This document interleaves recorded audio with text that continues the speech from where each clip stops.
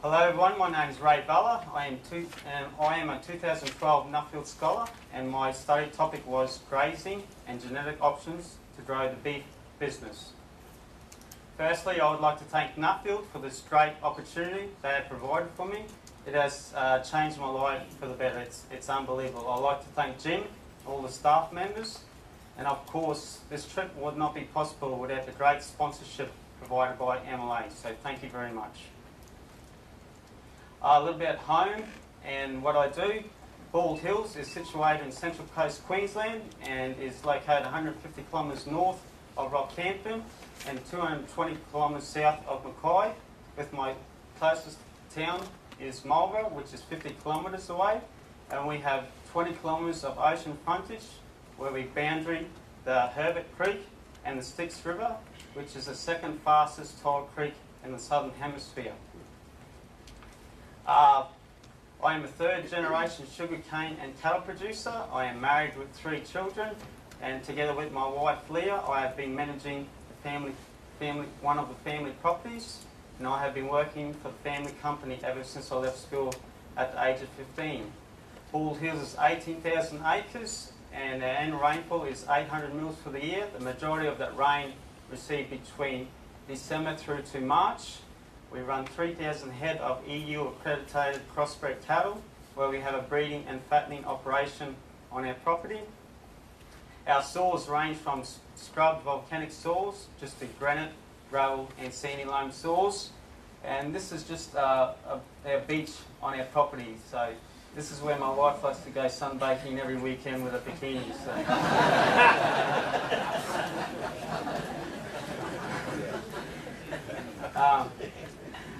In the year 2008, my wife and I started our own Brahman stud herd. I wanted to produce cattle just solely on grain, without any grain, just on forage. I was sick of going to sales and buying bulls and they would just melt. I was buying bulls by good EBVs, but as soon as I got them home, they would melt. So I was had enough, I was sick of it. So this is one of the stud heifers that we have produced at the moment, and she's just been prepared solely on grass, and that was one of my goals to pursue Nuffield. I wanted to look at other people that were using just genetics solely on forage pastures, no grain at all, and how they done it and what methods they use. And I also was looking into forage quality and improving soil quality, and had a great interest in Alan Savory's work. Brazil, what a country. 200 million people, 200 million head of cattle. After leading my global focus team, I started my individual studies, and I visited the IMA cattle company, which is based in Toowoomba, and I visited one of the 2 ranches. This ranch I visited was 1,000 hectares, and they breed 8,000 Nuffield Brahman stud cattle for their own use and sell them to the open market. It has a 1,300 mil rainfall on the property, and they do their own veterinarian, IVF work and semen collection on the elite size. Mr. Andre Zembring is the manager of the IMA cattle company, and he has been working for the company for the last 20 years. The thing I found fascinating here is their bull selection. They have an EBV database system on a computer database system, and has over 12 million records of EBVs on that database system. There is a criteria as only the top 15% of cattle are allowed to enter that database system. They use the system to make every individual cow through fixed time AI. And here they would only collect semen out of the top 5% of their bulls. And they also do a sensational rotational grazing system, and they also practice a hot fence weaning system on their 6 to 8 month old calves. And cattle always have access to minerals. Everywhere I went around the world, every beast had access to minerals. If they did not have access to minerals, the conception rates would drop by 20 to 30%. I was very fortunate enough on this day. We were drafting out bulls and shifting bulls. I thought, what the heck, let's go for a ride on a mule. So It was funny. Everywhere you go in the world, around the world, everyone seems to be on the same wavelength. This guy could not speak any English, and I could not speak any Portuguese. We just communicated through sign language. And there's one sign language everyone knows what it means, so I did not get that thrown at me, so I must have done a good job. Alrighty, off to Imbrapa. I headed my way to Imbrapa with my translator Sally Thompson. It is a government research station based in St. Carlos. It has a 1300 mil rainfall, and I was interested in this grass species, Brachiata. It can produce 40 tonnes to the hectare per year. It's just amazing grass. Of course, with a high rainfall, it can produce high quality feed. I was looking at this grass for an intense grazing system back home, and they were planting oats into this grass system in the winter. We just done a little trial. We cut the grass off, come back an hour later after lunch, and it grew 12 millimetres in 1 hour. It's fascinating. And they also practice a great cell grazing system, as you can see here, that these pigs were consisting of 0.6 hectares, ran 40 head for 4 days, and as you can see, a 32-day rest period. Also in Brapa, they do an excellent breeding program. They do a composite breeding program, consists of Nullah, Angus and Simmental cattle. These heifers will weigh between 550 to 600 kilos at 16 to 18 months of age, and they were getting killed next week and entering the EU market. They also were doing research in legumes and burnt out soils. This legume here was Gunanara, and it was used in their dairy cell grazing system.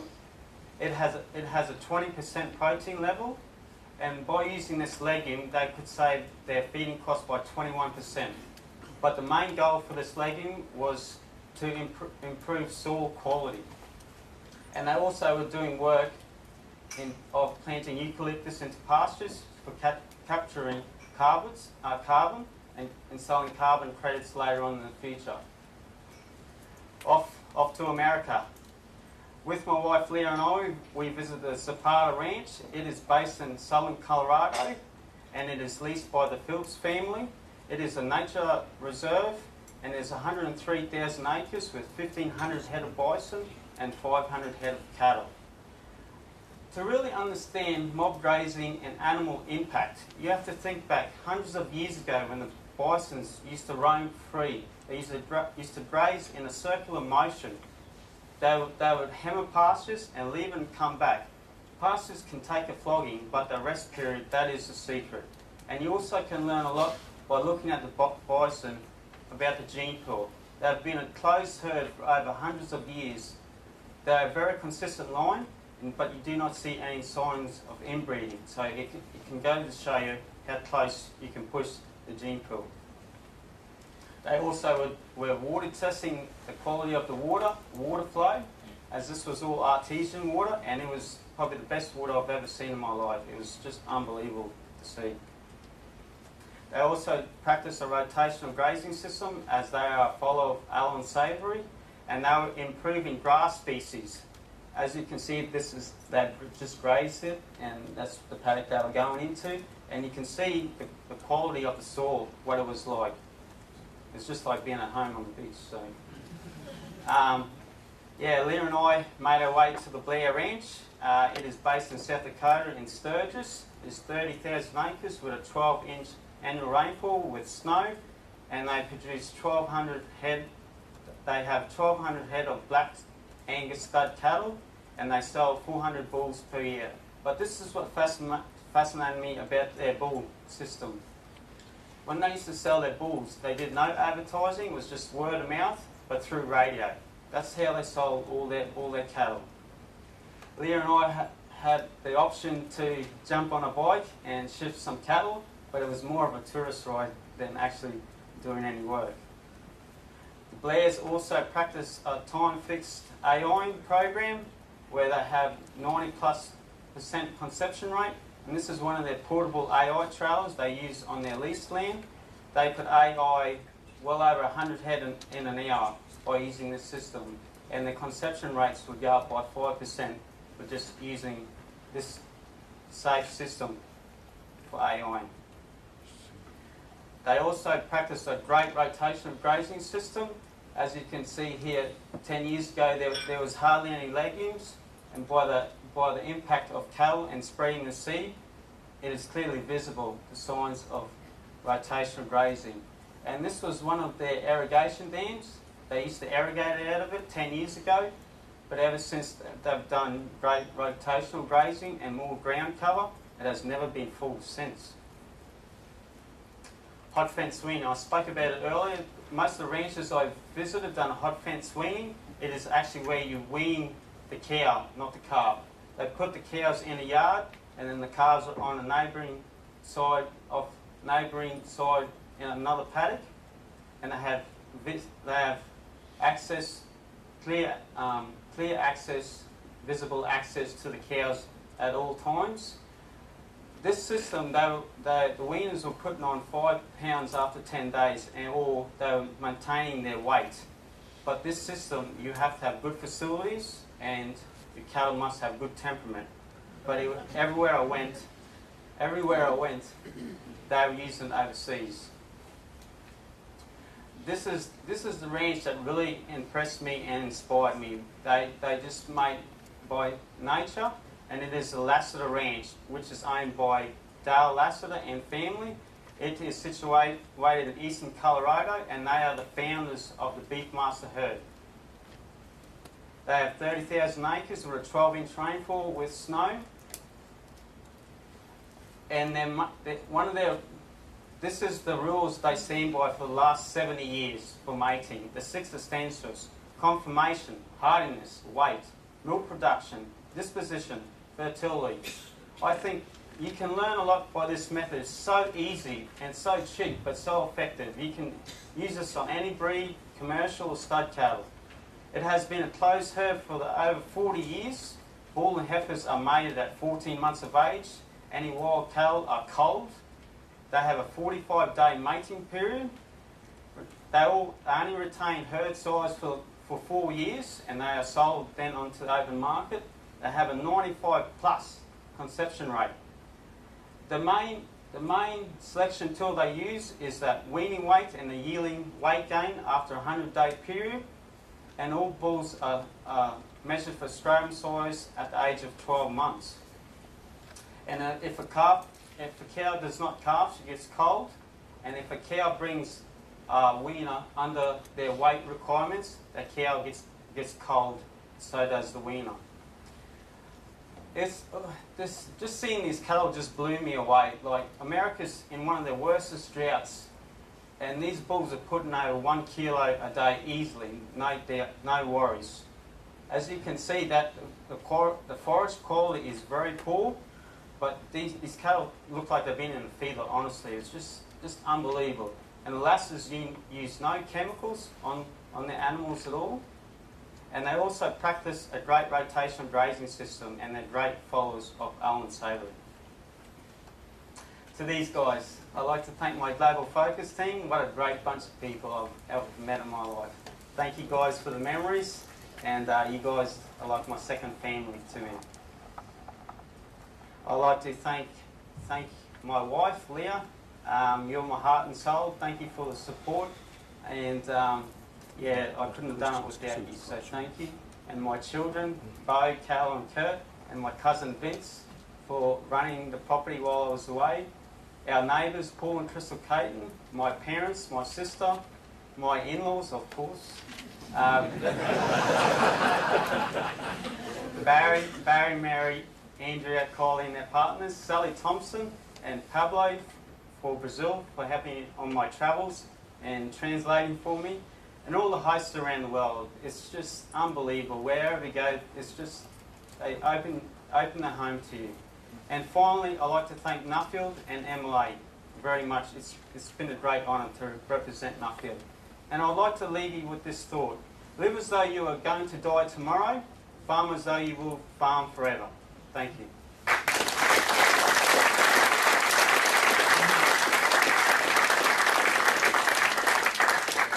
Well done, Ray. Great presentation. If I can just come in for the first question. Yeah. It's nice to see the stud cattle industry eventually learn about EBVs, but they all come down to the ekka. And is it a dying art, this grooming and the ribbons and people parading cattle? I think that those type of cattle, they're living in a false world. You bring them type of cattle home and they just smelt. I love EBVs, don't get me wrong. I looked into EBVs and genomics, but I think we need to get the foundation right. You've got to know the history of your genetics, where they come from, and if cattle that are produced on feed, their longevity, they don't last as long. So, yeah, great presentation. I think it's a demonstration of where Nuffield takes people, because I was on the interview panel with Ray and seeing someone nervously sitting there and seeing their presentation you've just given, it's a credit to you and it's also a credit to the organisation. The question I've got for you, what is the breed that we need to use? It all depends on your environment, where you live. That's one of the biggest struggles. Firstly, you've got to know the market you want to target, and then work out what breed suits that market and environment. Environment is everything. If them cattle can't perform under that environment, they're not worth having there. So environment's probably everything. You've got to know the cattle suit your environment. But at home personally, I'm going to all black Brangus herd, and then I'll probably throw a Simbra or something over it. But when you travel overseas, that's all you see, Angus, Angus, Angus. It's dominating the world, so, and they get a premium, and marketing is very important in the future. So that's how I'm going to go Brangus. They tick all the boxes, so yeah. Yeah, Ray, Rob Kelly, once again, good presentation. I really like the idea of where you're going with the stud. I find that in the sheep industry as well, that all the animals are fed right up to the 8 ball and then they don't perform. You've got a Brahman stud, and my question to you would be, I've seen the great improvements that the Brahmans have gone through, their size, their eating ability. However, fertility is still one of the major issues with the Brahman breed. I think when you're looking at the northern end of the cattle, it's roughly sitting on about a 52% weaning rate. With the Brahman stud yourself, obviously you said you're going to the Angus. What do you think they can do to help improve that, and how can MLA help with that? Obviously there's a big loss of production with that. I think just expose Brahman heifers at a younger age. I think like in Brazil, they were exposing heifers at 16 months of age. I think we need to expose cattle a lot younger, as like all the old breeds are at 14 months of age. Of course, the Brahman influence, they've been renowned for having bad fertility. So I think just exposing and selecting them genetics, just cull anything that doesn't breed. So, but just exposing them at a lot younger age, and getting that by having better genetics, that weight improvement, they'll reach puberty a lot earlier. So. Thanks, Terry. Could you come up?